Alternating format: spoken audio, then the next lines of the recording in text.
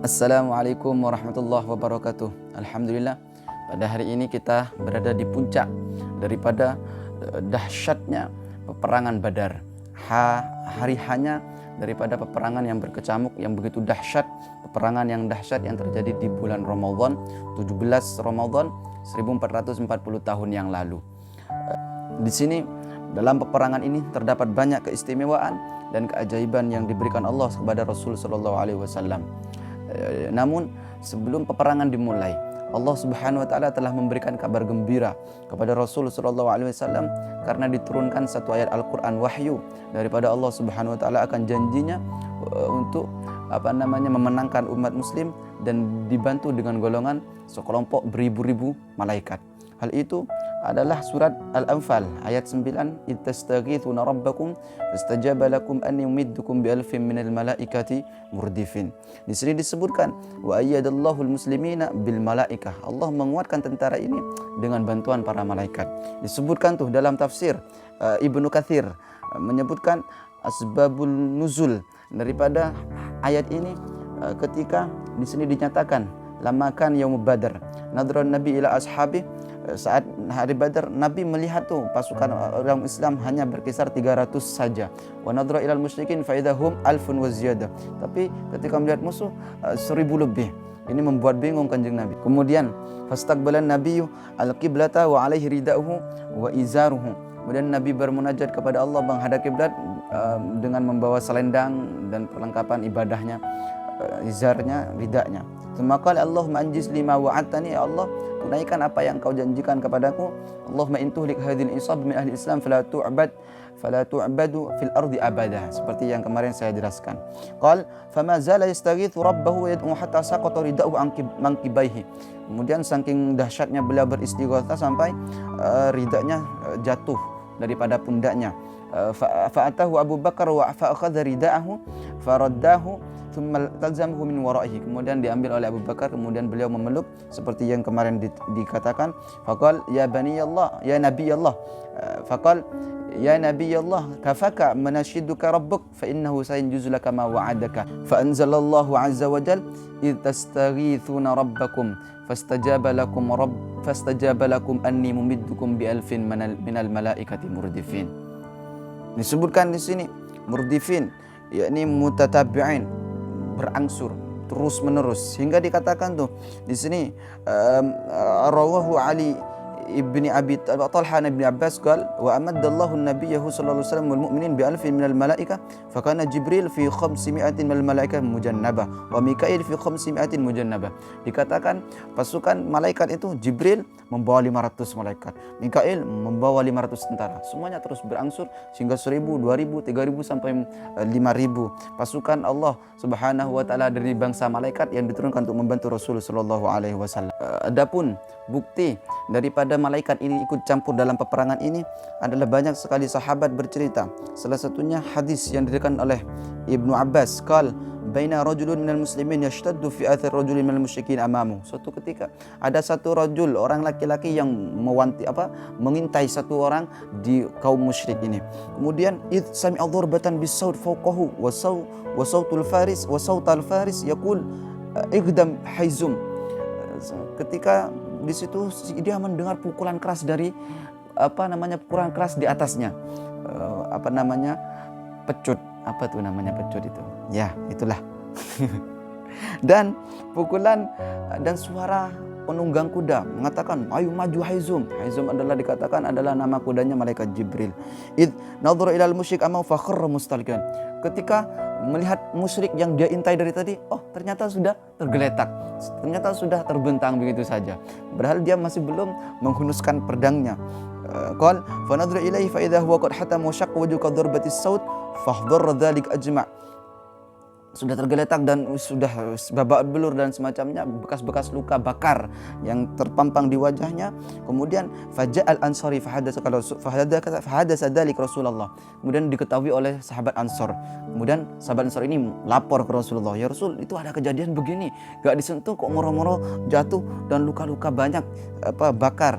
Maka sadaqta dzalik min madadis sama'i tsalitsah. Itu pertolongan Allah dari langit ketiga. Dan dari sini ulama menyimpulkan korban daripada malaikat, korban orang-orang yang telah dibunuh oleh malaikat itu ada ciri-cirinya. Karena apa? Karena sebelum turun untuk membantu kaum muslimin, para malaikat ini sudah di briefing dulu ya. Makanya firman Allah Ta'ala kepada para malaikat, fadribu fawqal a'naq wadribu minhum kullabanan. Wahai para malaikat, kalau cara bertempur itu idribu kullal a'naq, karena malaikat itu ya makhluk yang polos ya.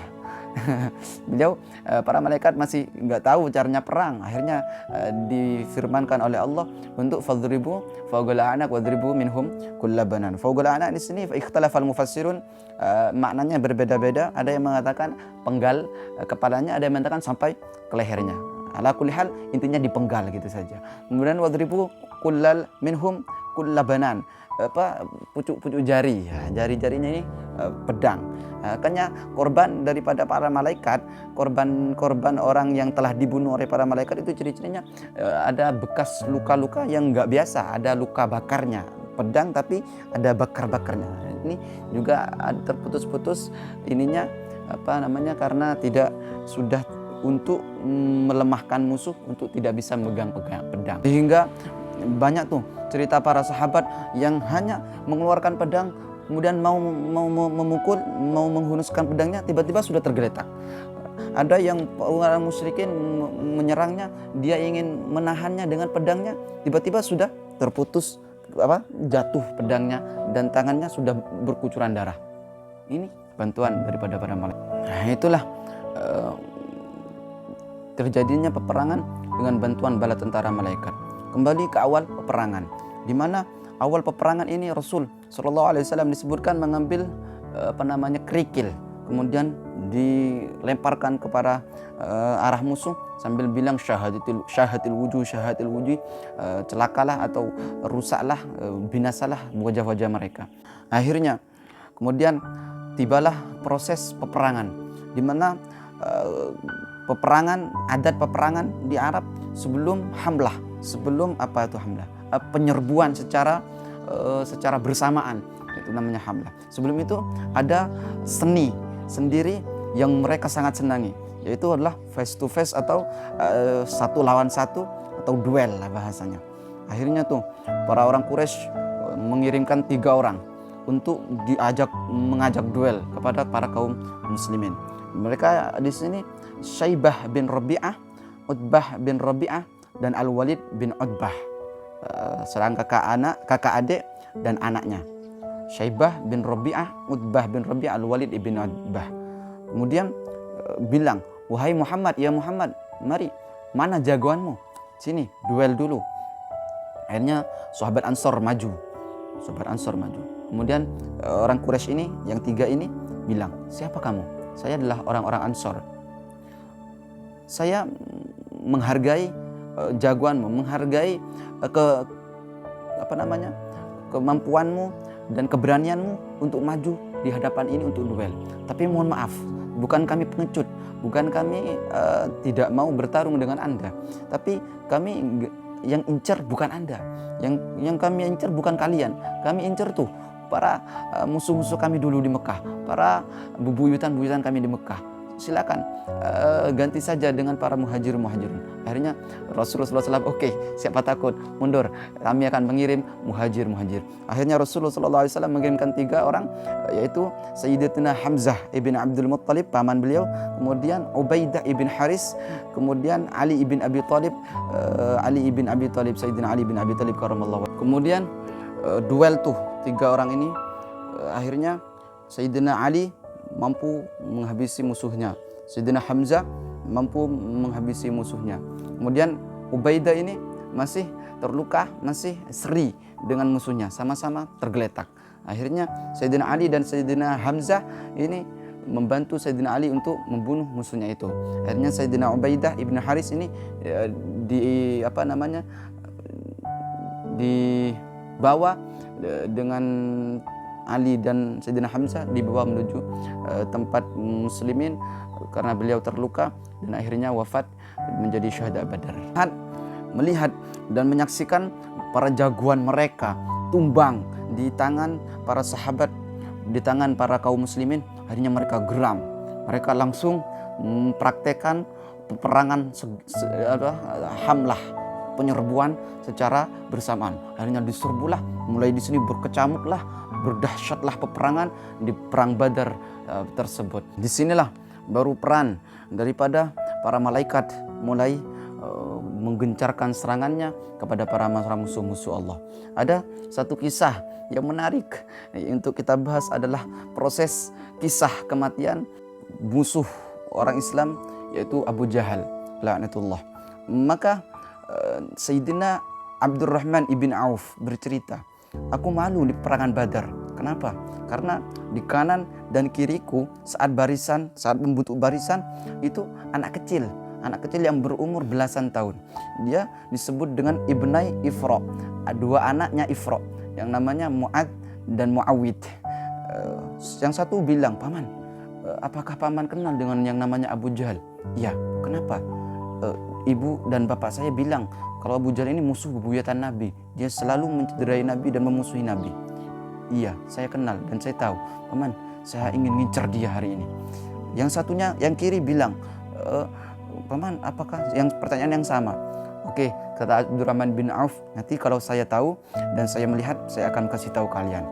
Akhirnya singkat cerita di peperangan Badar, Abdurrahman bin Auf bilang, wahai anak-anakku, itu yang namanya Abu Jahal berada di atas kuda dikelilingi dengan para prajurit-prajuritnya. Tidak sampai selesai nih ngomong Abdurrahman bin Auf, kedua anak itu sudah hilang dari pinggirnya, sudah langsung terjun dengan semangat di peperangan melawan tuh para pengawal daripada Abu Jahal. Sampai akhirnya di depan Abu Jahal menghunuskan pedangnya, tergeletak tuh Abu Jahal sekarat. Setelah melihat Abu Jahal tergeletak, kedua anak ini langsung kabur dari kumpulan para prajurit ini. Mereka mencari Rasulullah untuk memberikan kabar gembira. Mana ya Rasul? Akhirnya ketemu Rasul di sana, menghampiri, ya Rasulullah, kenapa? Ini saya sudah membunuh Abu Jahal. Kata satunya, yang satunya bilang, saya ya Rasul. Enggak, saya ya Rasul. Akhirnya Rasul sambil tertawa bilang, kalau begitu mana tuh buktinya, pedangnya, sisa-sisa darahnya? Ini ya Rasul. Satunya, ada sisa darah Abu Jahal di pedang beliau. Ya sudah, jangan ribut, kalian berdua yang membunuh Abu Jahal. Gitu kata Rasul sallallahu alaihi wasallam. Semakin dahsyat, semakin berkecamuk. Di dalam tengah peperangan, Abdullah bin Mas'ud melihat Abu Jahal tergeletak. Dia tahu dan melihat bahwa Abu Jahal belum mati. Abu Jahal masih sekarat tuh. Akhirnya kesempatan untuk Abdullah bin Mas'ud untuk membunuh Abu Jahal. Akhirnya Abdullah bin Mas'ud ini badannya kecil. Masyhur itu di hadis-hadis bahwa fisik tubuh Abdullah bin Mas'ud. Kemudian mendekati Abu Jahal, berdiri di atasnya, di atas daripada Abu Jahal.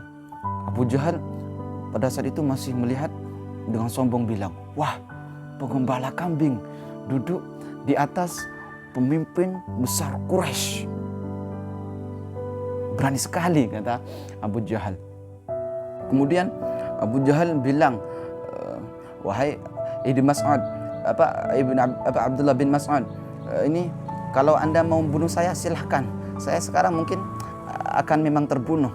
Tapi bilang tuh kepada Muhammad, musuhku, bahwa saya hidup dan mati akan tetap menjadi musuhnya. Akhirnya singkat cerita, Abdullah bin Mas'ud memenggal, kemudian membawa kepalanya itu. Membawa kepala Abdullah bin Mas'ud nggak bisa karena tubuh beliau kecil. Akhirnya kurang mampu untuk membawa. Akhirnya tuh beliau punya akal. Kupingnya Abu Jahal ditusuk, kemudian dikasih semacam tali, kemudian diseret tuh kepala kepada baginda Rasul sallallahu alaihi wasallam. Teman-teman, apakah masihkah ingat tentang cerita Abdullah bin Mas'ud yang pernah saya singgung tentang kupingnya yang sebetulnya tergores karena menyuarakan satu ayat Al-Quran di kota Mekah, itu yang mempelopori dan memimpin para orang-orang untuk memukul Sayyidina Abdullah bin Mas'ud adalah Abu Jahal. Jadi pada hari itu Abu Jahal berkumpul bersama para kufar Quraisy di situ. Akhirnya Nabi bilang, siapa yang bisa membacakan ayat ini di depan orang-orang Quraisy? Tidak ada yang berani itu kecuali satu, yaitu Abdullah bin Mas'ud. Akhirnya dia datang di kumpulan depan Ka'bah, tempat kumpulan para orang-orang Quraisy. Beliau membacakan satu ayat, akhirnya dikeroyok tuh. Kemudian sampai ininya tergosek, terlukai. Yang memimpin adalah Abu Jahal. Saat itu Abdullah bin Mas'ud pulang menuju Rasul melaporkan, Rasulullah menangis dan Abdullah bin Mas'ud menangis. Tapi malaikat Jibril ada di situ tertawa terbahak-bahak. Rasul bilang, "Ya Jibril, kamu terbahak-bahak, kamu tertawa, kami menangis, sedang tertimpa musibah." Apa jawaban Jibril? "Hai Rasulullah, nanti akan Anda tahu jawab sendiri kenapa alasannya, kenapa saya sekarang tertawa." Dan pada saat perang Badar, sebelum Abdullah bin Mas'ud membawa kepala nyampe kepada Rasulullah, terlebih dahulu Rasulullah dituruni oleh seorang malaikat Jibril. Beliau bilang, "Ya Rasul, absyir, bergembira Rasul." Kenapa Jibril? Tunggulah sebentar lagi. Dari kejauhan Nabi melihat Abdullah bin Mas'ud sedang menyeret kepalanya pemimpin Quraisy. Pada saat itu adalah Abu Jahal, paman beliau yang begitu kejam kepada beliau. Akhirnya Nabi bersujud syukur kepada Allah Subhanahu wa taala atas terbunuhnya Abu Jahal, pemimpin mereka, orang-orang kafir Quraisy. Kemudian malaikat Jibril bilang pada Nabi, "Ya Nabi Allah, ya Rasulullah, kamu ingat kejadian dulu di Mekah saat Abdullah bin Mas'ud kupingnya terluka, begitu terluka banyak darah yang mengalir?" "Ya, saya ingat." "Kamu tertawa." "Ya, sekarang kamu tahu jawabannya. Ini alasan kenapa saya tertawa pada saat itu." Artinya Abdullah bin Mas'ud bisa membalas kuping yang terputus atau yang terluka itu di saat perang Badar. Bukan hanya kupingnya, telinganya yang dibalas, tapi kepalanya juga terseret dan terpotong oleh Abdullah bin Mas'ud. Malaikat Jibril bilang, kuping adalah balasannya, sedangkan kepala adalah bonusnya dari Allah Subhanahu wa taala. Setelah itu di sini disebutkan, "Fanhazamal musyrikun wa tabi'ahumul muslimun yaqtulun wa yasirun." Mereka lari ke birit-birit tuh. Semuanya mengalah, lari ke birit, ada yang terbunuh, sehingga di sini disebutkan faqutila minal musyrikin sab'una rajulan minhum Abu Jahalin. Di sini terbunuh dari golongan musyrikin 70 orang, yang diantaranya adalah Abu Jahal itu tadi. Wa usira minhum sab'una asira, kemudian yang ditawan adalah 70. Kemudian wa qutilal muslimin, yang menjadi syuhada Badar adalah 14 rajulan, 14 orang. Kemudian selesai peperangan, Rasul sallallahu alaihi wasallam didatangi oleh malaikat Jibril alaihi salatu wassalam. Dalam hadis disebutkan, an Mu'adz ibn Rifa'ah ibn Rafi an abihi, dari Mu'adz bin Rifa'ah bin Rafi dari ayahnya, wa kana abuhu min ahli Badar. Ayahnya ini bagian daripada pasukan Badar. Bilang, cerita, qal ja'a Jibril ila Nabi faqal ma ta'udduna ahla Badrin fikum.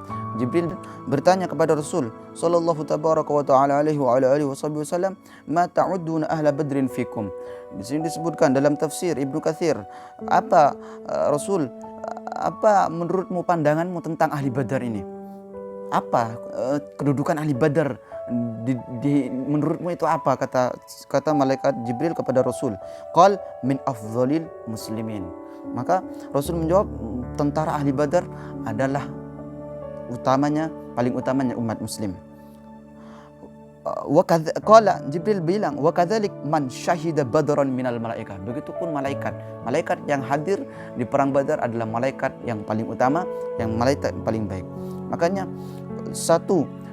banyak pujian Nabi kepada ahli Badar. Di antaranya itu ada juga di antaranya pernah Nabi bilang kepada Sayyidina Umar radhiyallahu taala, yang ini diceritakan dalam Sahihain, wa fi Sahihain anna Rasul qala li Umar lamma syawarahu fi qatl Hattab bin Abi Balta'ah, innahu qad syahida Badran wa ma yudrika la'alla Allah qad ittala ala ahli Badar faqala i'malu ma syi'tum faqad ghafartu lakum.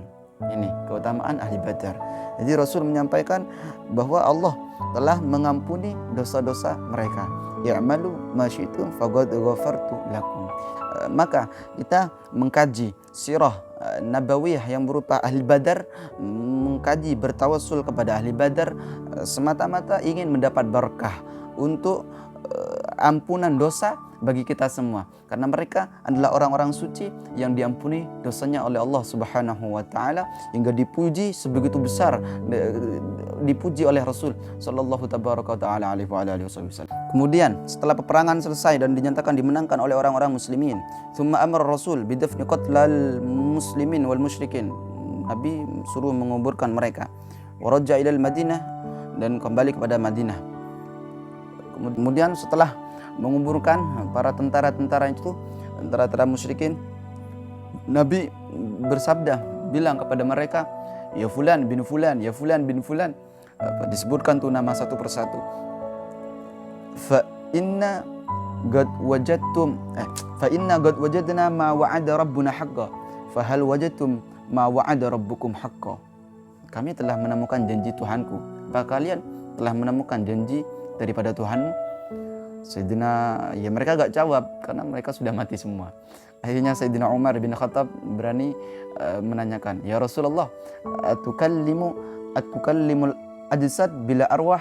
Ya Rasul, apakah kamu bilang kepada jasad-jasad yang sudah lagi tidak bernyawa? Apa jawaban Rasul? Walladzi nafsu Muhammadin biyadih ma antum bi asma' lima agulu minhum. Demi zat yang jiwa Muhammad ada di genggamannya, engkau tidaklah lebih tangkas pendengarannya, tidaklah lebih cepat pendengarannya daripada mereka. Jadi mereka mendengar, tapi mereka tidak bisa menjawab. Rasul sallallahu alaihi wasallam raja'a ilal Madinah, pulang ke Madinah membawa kemenangan. Walamma gharabaha talaqathul wala'id bidufuf yunshiduna tala'al badru alaina ila akhirih. Ketika sudah hampir nyampai di gerbang Madinah, disambut tuh para penduduk Madinah. Sebelum itu memang Rasul sudah mengirim orang untuk cepat untuk pergi ke Madinah terlebih dahulu, untuk memberi kabar gembira bahwa pasukan muslimin di Badar telah menaklukkan dan menang di situ. Kemudian mereka bersiap-siap untuk mungkin sekarang ada banjari atau habsian lah, untuk menyanyikan atau bersenandung Tola'al Badru alaina. Namun di sini ada kisah sedih juga. Ketika Rasul sallallahu alaihi wasallam setelah sampai ke Madinah, di situ telah penduduk Madinah baru saja selesai dalam prosesi pemakaman putri Nabi, yaitu Ruqayyah binti Rasulullah sallallahu alaihi wasallam, istri dari Sayyidina Affan ibn Affan. Makanya Sayyidina Utsman adalah Khulafaur Rasyidin yang tidak ikut di peperangan ini.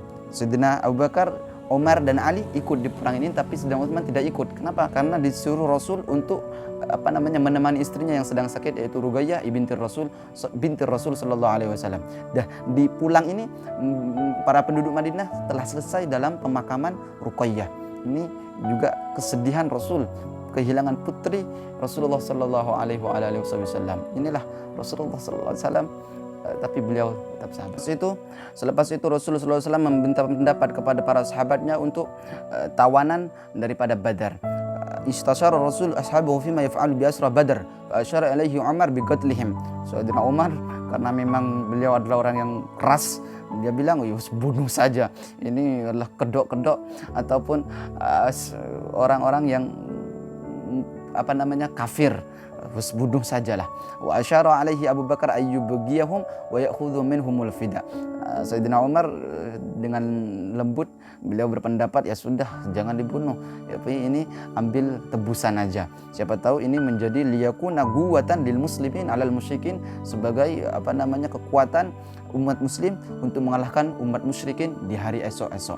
Fawafaqar Rasul ra'ya Abi Bakar. Rasul sependapat dengan pendapatnya Abi Bakar. Wa amara alla yuflita ahadun illa bil fida wa kana min 4,000 ila 1,000 dirhamin. Maka Rasul memerintahkan untuk tidak melepas mereka kecuali dengan tebusan, yakni dari 4.000 sampai 1.000 dirham. Sedangkan amal fuqara faman yuhsinul qira'ah wal kitaba ata'ahu ar-rasul 'ashratan min sibyanil Madinah liyu'allimahum wa kana dzalik fidaah. Sedangkan para tawanan yang fakir, miskin, tapi dia punya kepiawaian, kepandaian dalam membaca menulis, dia tidak usah tebus dengan harta, tapi tebusannya untuk diberi tugas untuk mengajar 10 anak kota Madinah, anak-anak kota Madinah untuk diajari untuk menulis dan membaca. Itu adalah sebagai tebusan mereka. Alhamdulillah, ini adalah akhir daripada cerita tentang kisah Badar. Banyak sekali hal-hal yang tidak diceritakan dalam video ini, tentunya dari keterbatasan pemahaman, dari keterbatasan referensi, dari keterbatasan penyampaian dan semuanya. Tetapi ala kulli hal, alhamdulillah karena bisa mengkaji sirah ini, tentunya dengan harapan barokah Al-Badar mengalir pada kita, semangat beliau, semangat juang, dan tentunya barokah bi ahlil Badar. Segala apa yang kita inginkan tercapai dengan barokah ahli Badar, dosa-dosa kita diampuni oleh Allah Subhanahu wa taala, karena ahli Badar adalah orang-orang suci yang telah diampuni dosanya oleh Allah Subhanahu wa taala melalui lisan baginda Rasul sallallahu alaihi wasallam yang mulia. Amin, Allahumma amin. Dari kami mohon maaf yang tiada tara manakala ada penyampaian yang kurang tertata, penuturan yang kurang teratur, mohon maaf yang tiada tara. Wassalamualaikum warahmatullahi wabarakatuh. Salam pecinta Rasul.